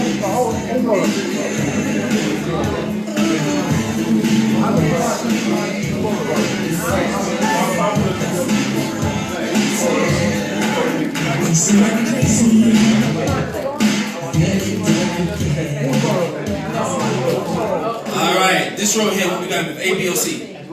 Going with C? C, back row. You guys still chat. C. You go with C. It sounds like a Spanish class now. We'll go ahead. C. Back C. C. It's outside. Yeah, but you're inside now. A. A. We'll go ahead. C. C. We'll go. B. B or C? Let's say the double-minded man is unstable. Be quiet. Be quiet. I'm say C. Go with C. What we got back here? B. B. This side.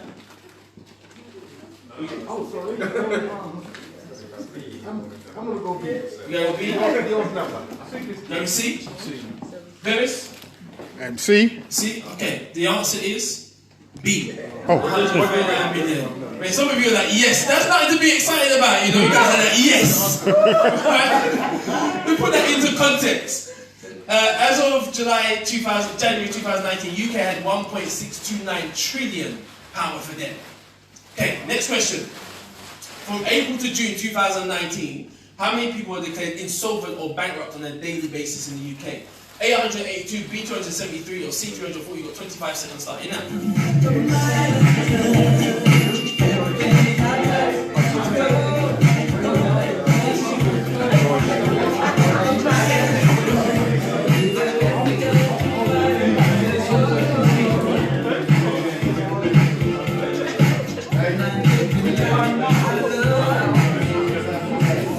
Okay, we got it right. You guys by the door, what we going with? C, gentleman over here. B, C. Fruit Rich. So what's your name, sir? A. A. C. Back row, sir. B. C. A. A. I don't feel like he's agreeing with you, you know. See, it's a problem with black people. Sometimes we can't come together as one. There's only two. And we need collaboration. We need oneness. We need unity. What we going with? Go with C. Okay, we'll go ahead. Hey, what's saying? Hey? Yo, I like that because you tried to push it to him. no. That's what he was saying. He was like, okay, fine. We go with 18. No. But I like the fact that you took one for the teeth. Right? The answer is C. 340,000. You were wrong. Once again, let's put it. You hear that now? You were wrong.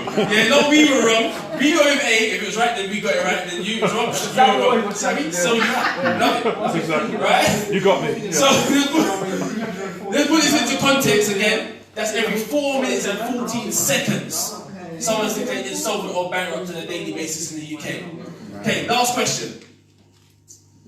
It costs a parent an average of blank per day to raise a child from birth to the age of 18. A 22.92, B 28.16, C 32.17. Wait. This is, we're talking about the average child in the UK, not your particular child. Okay? 25 seconds starting now.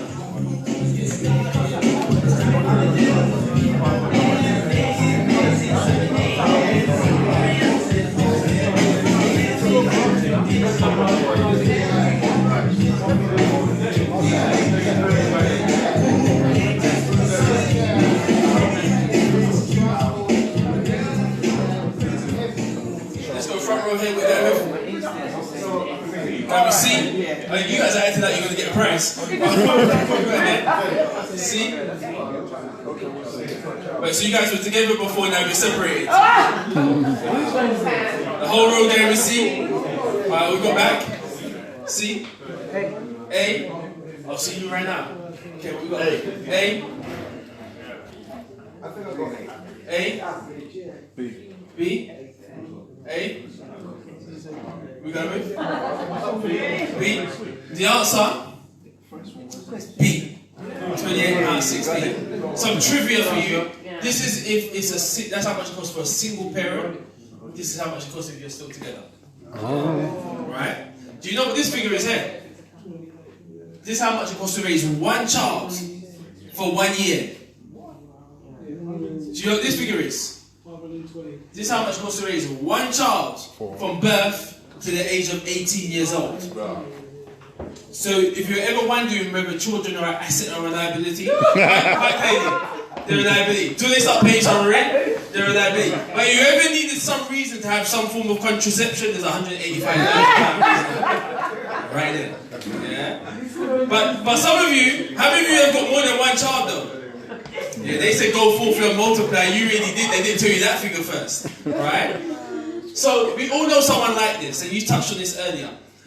The typical UK household has less money than last year. How many of you feel like that now? That you're making the same income that you made last year, because everything's gone up in price, you feel like you got less? Yeah. How many remember when bus fare used to be 10p? 2p. Yeah. Bevis, leave it alone. Bevis said 2p. Leave it alone. Leave it. Yeah. How many remember we could get penny sweets for a penny? Yeah, when inflation hits penny sweets, you know we're in bad shape, right? Yeah, actually, how many of you remember we could go? And it's all about this thing here called shrewd marketing. And one of the greatest market employers of all time was taking this word debt and renaming it something positive and calling it credit. Because we all like to be in credit, right? Like to be in credit with your mobile phone, like to be in credit with certain bills. I mean, show of hands, how many of you know your credit score? Do you realise it's not your credit score you know? It's your debt score. It's a score to see how much debt you've been in and whether you've been able to pay it off. So you have to understand, you cannot get a house in the UK today unless you've been in debt first. So you can have £100,000 in your savings account. You can make £80,000 a year. Never been in debt in your entire life and you can't get a mortgage.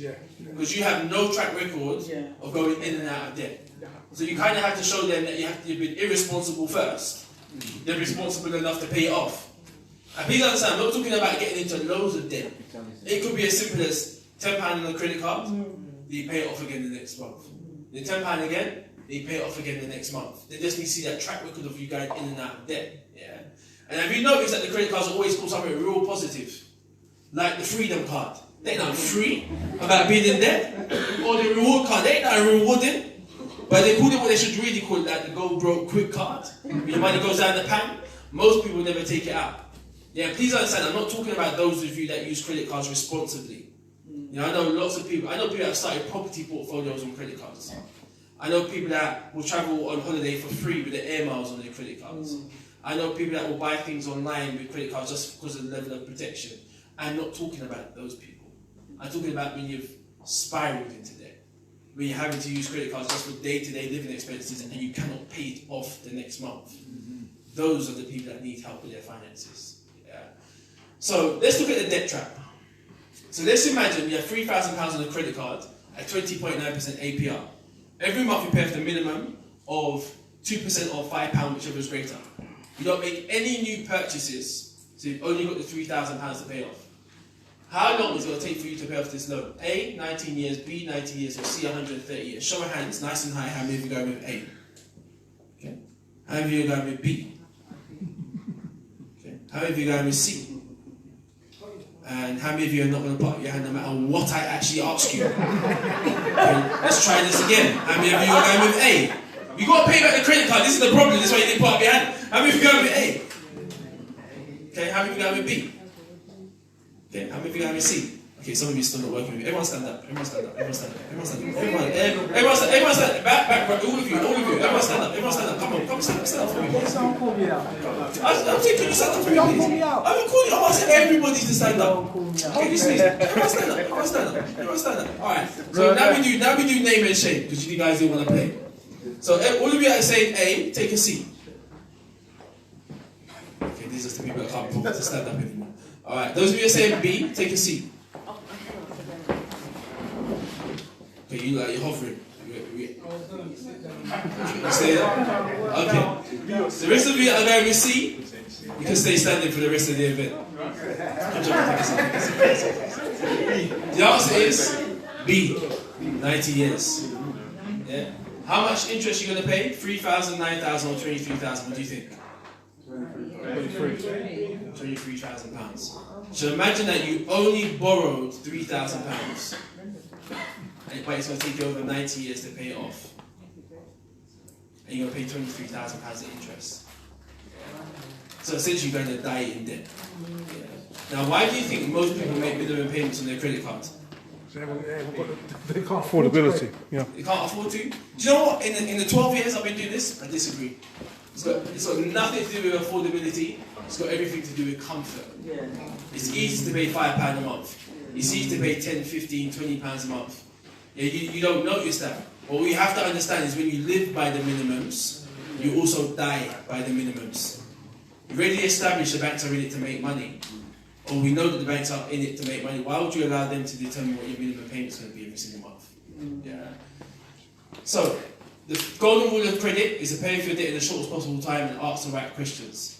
The first step to becoming debt-free is to actually spend less money than you earn.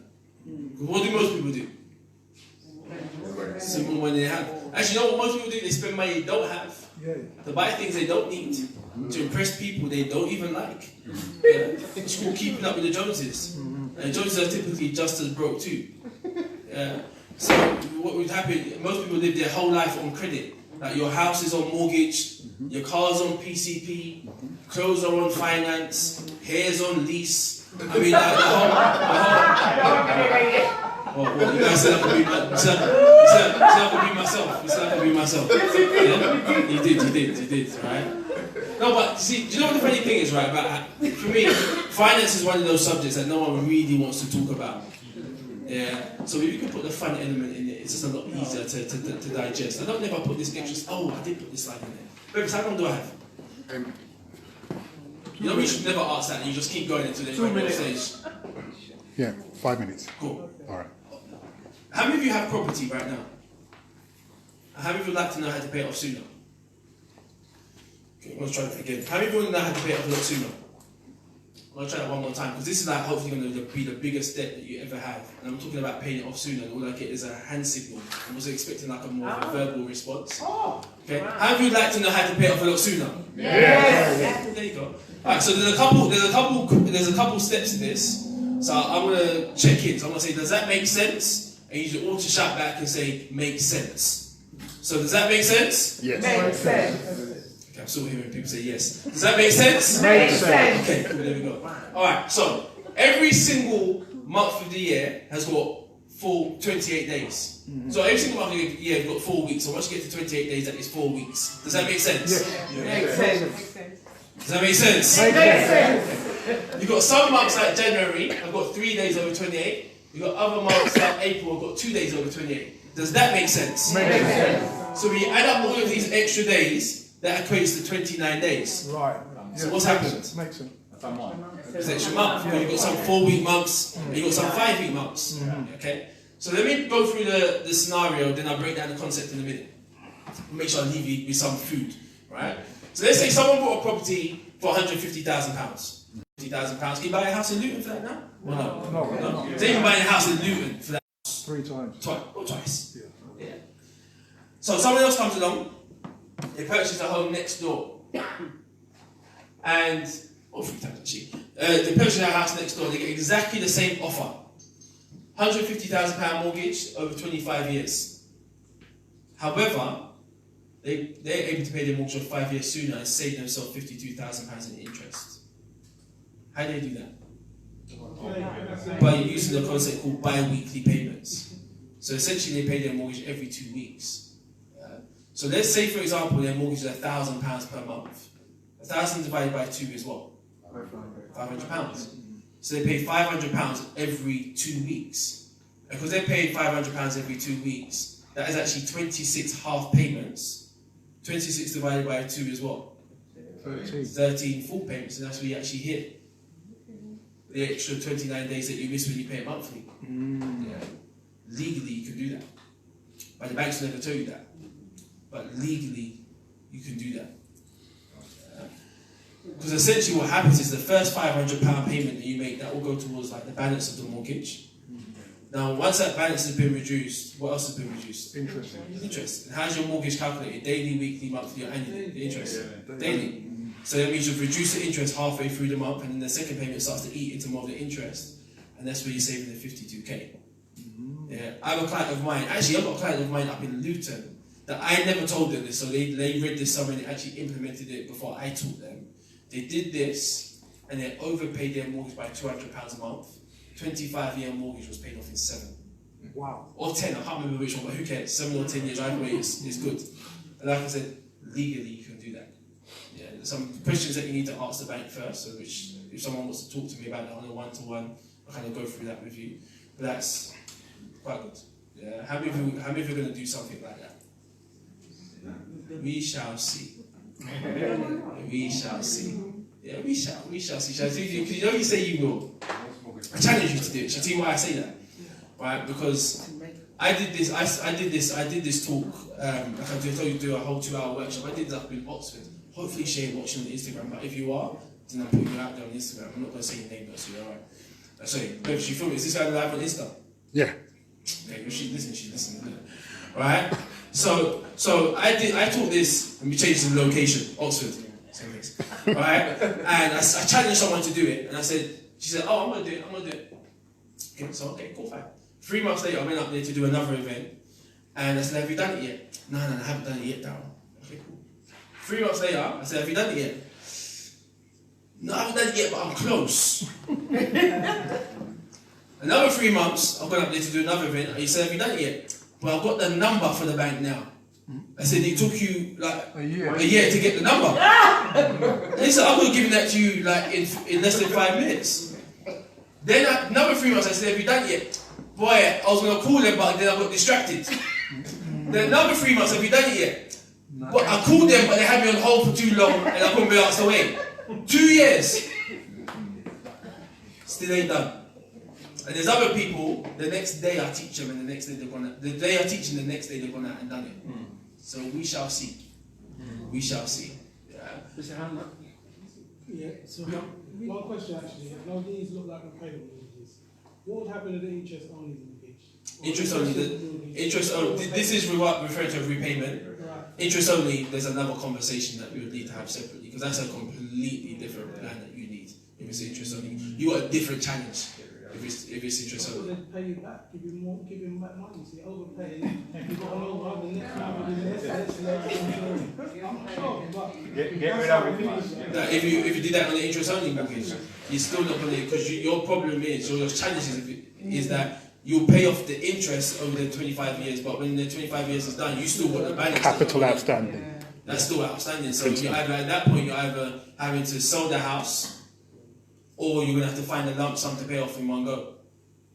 So your challenge is different. But then what happens with most people that got an interest-only mortgage is in the last 5 years, 3 to 5 years in my experience, that people go, well, I need to pay off this mortgage now. Where am I going to get the 150k to pay off? But you had 25 years to start thinking about that. Or then what happened is some people had the old endowment policies. Then if you remember those, that never worked. Yeah, and they kept getting red letters saying that, oh, do you know, it's falling short, you need to put more money in. Yeah, and if you get any of those, if you did those. So they never had anything in place to pay off that actual balance of the mortgage. So if that's your situation or a friend that you're talking about, another conversation that we need to have. Yeah. So what I'd say, just real quick, what I'll do very quickly.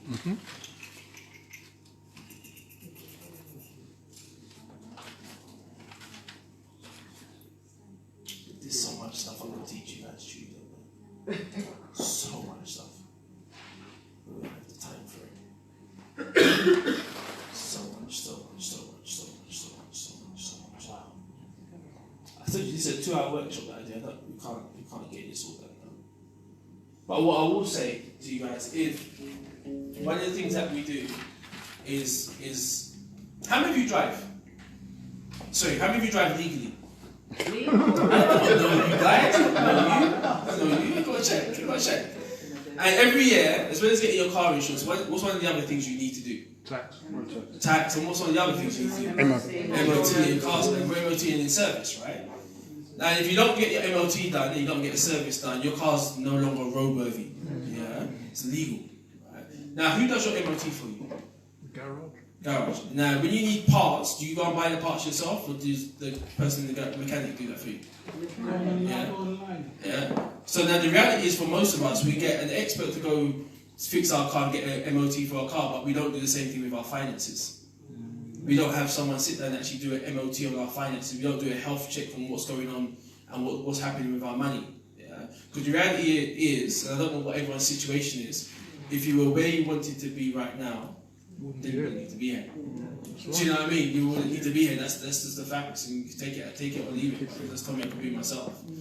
So most people need some help. It's need some easier guidance. to get an accredited mechanic than an accredited financial advisor. Say that in your head. It's easier to get an accredited mechanic than an accredited financial advisor. Yeah, or you need an expert of some sort. Well, but with a mechanic, you can actually check their track record and see that they've got the appropriate papers that actually justify that they're doing what they're supposed to be doing. Whereas in the financial world, that's very different. It's not. It can be different, but it depends on how you do things. So, like for example, all of my clients for the last 12 years have all been through word of mouth, all been through recommendations. If I help one person and they've had help, then that's how I built my whole business over 12 years. I'm not talking about the client. You know, like you use the comparison of a mechanic, yes, and people in the financial world. And when you go down the road and you go into a garage, he's normally accredited by VOSA or some other institution. And I'm just going off of what you said. But you know what? The thing does, and I don't disagree with you. What I will say though, if someone wants something bad enough, they'll find a way. They'll find a way. If you want something bad enough, you'll find someone. You'll ask. You'll do some research. I think in this day and age, you don't have an excuse to be broke. In this day and age, there really is no excuse, because there's enough information out there for you to just take it and implement it. But the reality is, most people don't take it and implement it. Yeah, they don't even look. They're just trying to survive through life, but don't have an opportunity to thrive through life. Yeah. So this is what I will say. For those of you that want to sit down and want to go through your finances and you want to get a consultation done, yeah, and typically you would have to pay for that. I'll sit down and do that for you for free. Yeah, as in, when I say free, I mean hide your checkbook, hide your money, hide your credit cards, do it for free. The only thing I ask from you is if you like it and you see the value, tell other people about how good it is. Is that a fair enough exchange? Yeah. So hide everything, money, checkbook. I do like food, so stewed chicken and rice is always a good one for me. But hide everything. But unless if you want to, but please let me tell you this. I only want to sit down with people that are not going to waste my time. Like, I don't like wasting my time, I don't like wasting other people's time. So if you're not serious about changing your financial situation, please don't contact me. No, do you understand me? I understand my value, and I understand what I do, I understand how good I am at doing what I do. So don't contact me if you're going to waste my time. I want to help people move from where they are now and get to where they want to be. But I have a finite amount of time, and I only like to work with people that are serious about doing something different. Does that make sense? Yes. So if you want to, there are my, let me go over here. If you go to that link there, could you name it for me? www.darylharper.com, DARYL, so darylharper.com/follow up, and then you can complete the form there, yeah, and you can arrange a time to get together, yeah. Does that make sense? If you want to, but if you don't want to, that's absolutely fine. Right. So I'll bring it up again in a minute. Now, do you come to people or do they have to come to you? It depends. Okay.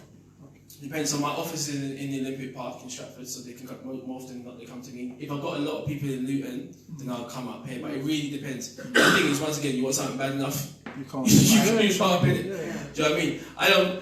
I've got people who come to my office, so I don't need to be travelling all over the place to see people. But depends. Luton, to be fair, it's easier for me to get to Luton than it is to get to Brixton. Oh yeah. Oh, okay. That's why we're here. It takes me 2 hours to get to Brixton from London, and then come to Luton, it takes me 1 hour and 10. Unless it's today. Today was a different story. But if you're in a kind of a situation where you kind of got your money going down the pan, or you want to know how to increase your income, or if you're lost on this maze of finance, not sure what to do, or you're kind of in the ready and want to come out, then I'm here to help, I'm here to support you do that. I just want to encourage you to start thinking about money. Not loving it, but having a respect for it. Make sure you hand the baton over. Yeah, so with the information and wisdom that you get, make sure you pass that over to your children. Find a way to, don't ask why the black man's got eyes, it's the only picture I can find. Why he's got green eyes, I should say, why he's got green eyes.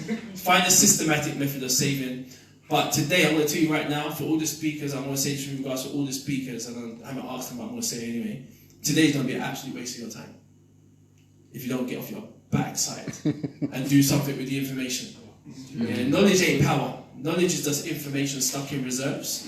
It's only when you do something with that information does it become powerful. Yeah. So once again, here's the things that I do helping people with financial game plan. I'm not going to go through this now because you'll find out if you make contact. And there's some things here. Here's all the links here for what you want to do. Blah blah blah. You can skip through this. I can't be respectful of the next person's time. And here we go.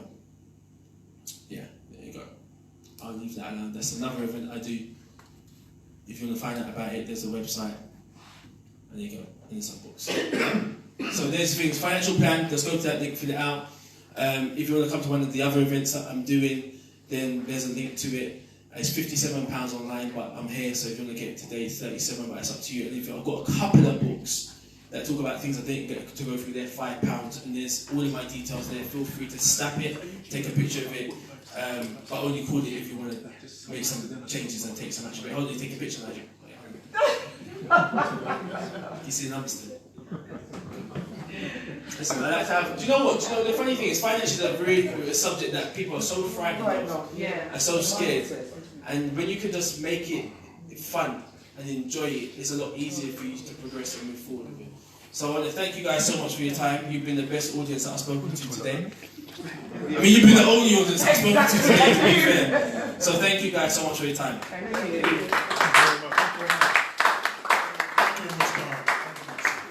All right, thank you very much, folks. Now, we did actually have another presenter to be here today to talk to you about wills, trusts, family planning and so forth, but she couldn't make it. Her car had some problems in Marlow, so she couldn't make it here today.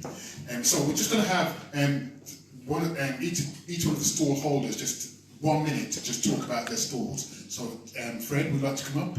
Quickly tell us about what you've got on your stall, and product and services that you have to offer. So this is Fred from Action Plus Foundation. Hello everybody. Hi.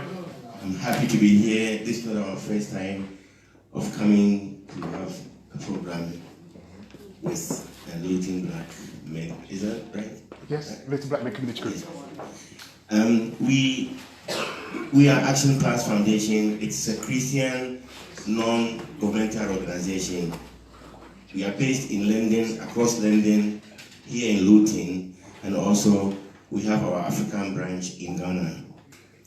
We have operated for 22 years here in the UK, and all that we do is that we create awareness of HIV in the local communities, especially the Black African communities. What we were inspired to do was to make sure that the African community is not left out when we're talking about health issues. Because it looks as if most of the African community, or maybe the Black African community and Caribbean communities, we sometimes don't take good care of our health. And so it enables us to acquire some diseases which shouldn't have happened anyway. But looking at HIV in its total context, we know that in UK there's HIV infection.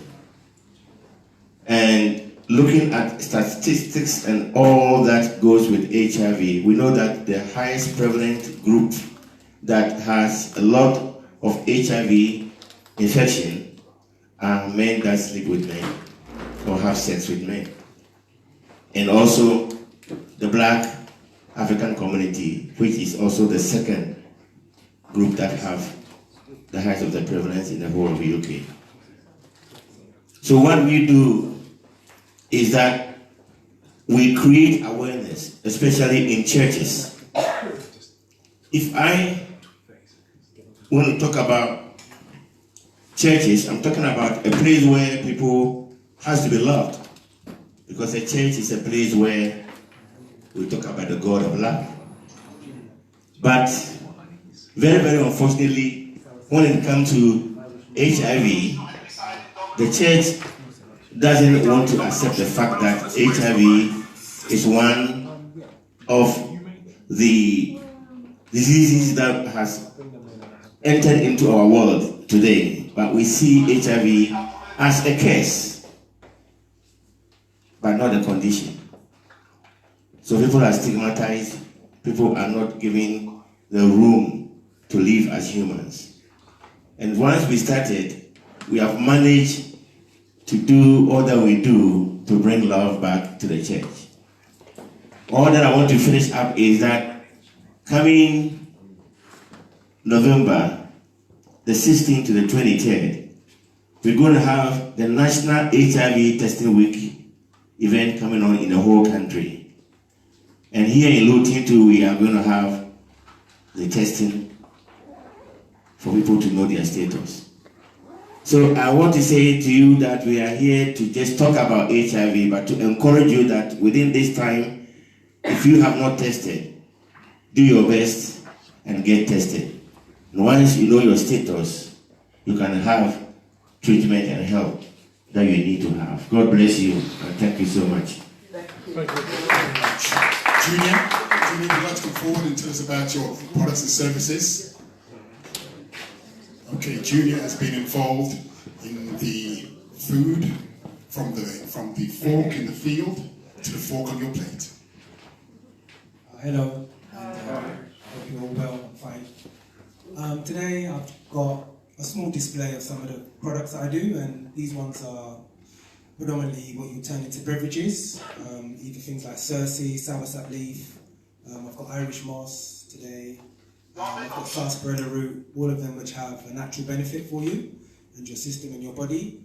The main thing about them is that they've been traditionally used by people in your community, and those people had longevity in their life.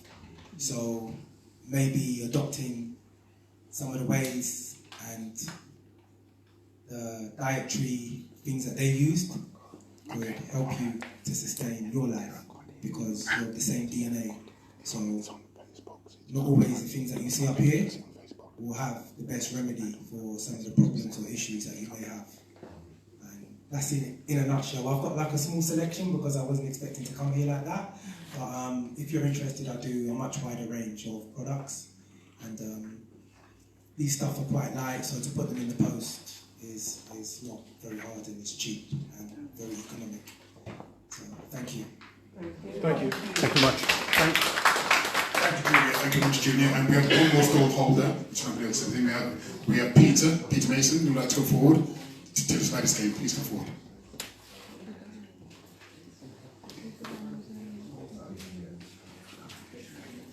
Hi guys, a pleasure to meet all of you. My name is Peter Mason. I've created a board game several years ago, so the Lord gave me an idea to create a game. So I created a brand new dominoes-based board game.